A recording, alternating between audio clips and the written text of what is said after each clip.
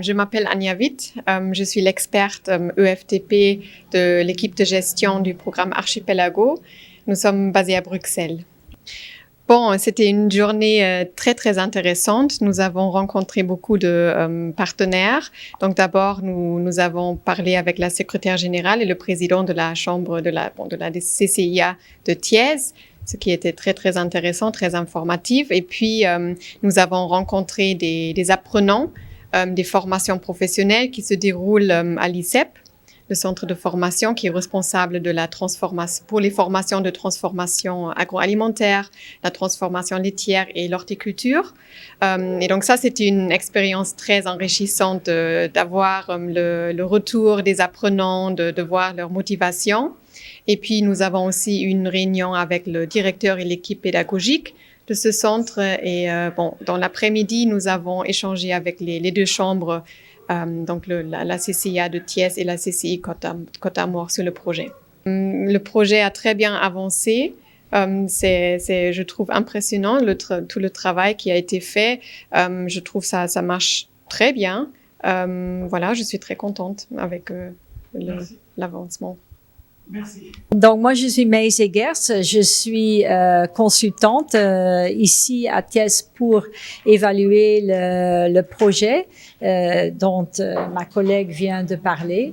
Et puis, nous avons en fait, comme elle avait dit, visité le centre de formation. Nous avons parlé avec le secrétaire général, le directeur de la chambre, ce qui était aussi très utile et très intéressant. Ils sont très motivés pour aider les jeunes qui travaillent ou bien qui sont en chômage, ceux qui travaillent, qui veulent encore améliorer leur vie en apprenant d'autres choses, parce qu'il y en avait aussi, et d'autres qui n'ont pas encore d'emploi. Donc, le projet est là pour aider les jeunes et ça commence à démarrer. Ils ont pris un peu de temps au début pour bien sensibiliser la population. Et puis, bien sûr, il y avait le Covid aussi qui avait ralenti un peu les choses. Mais le temps qu'ils ont pris, c'était vraiment très utile pour bien informer la population. Et puis, ils ont eu beaucoup de réponses. Plus de 700 jeunes étaient présélectionnés pour les formations. Et il y en a d'autres qui vont continuer aussi à prendre les formations dans l'avenir à cause de ce travail ensemble des chambres de commerce en France et puis ici à Thiès. Là, dans le programme, c'est surtout la question du nombre de jeunes qui sont concernés dans ces formations.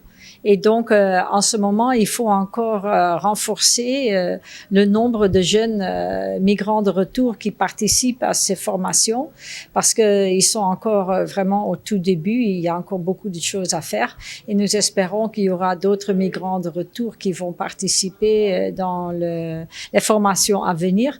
Et aussi, pas seulement les migrants de retour, mais ceux qui pensent à la migration, qui restent ici, de trouver vraiment des moyens de survivre et rester avec leur famille et soutenir leur famille sur place dans des emplois décents.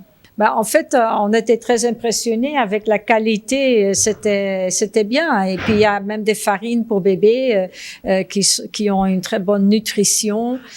C'est encourageant de voir la qualité et aussi l'emballage. C'est propre, ça semble très hygiénique et très bon. On a dégusté un peu. Et puis non, ce sont des choses qui sont à poursuivre.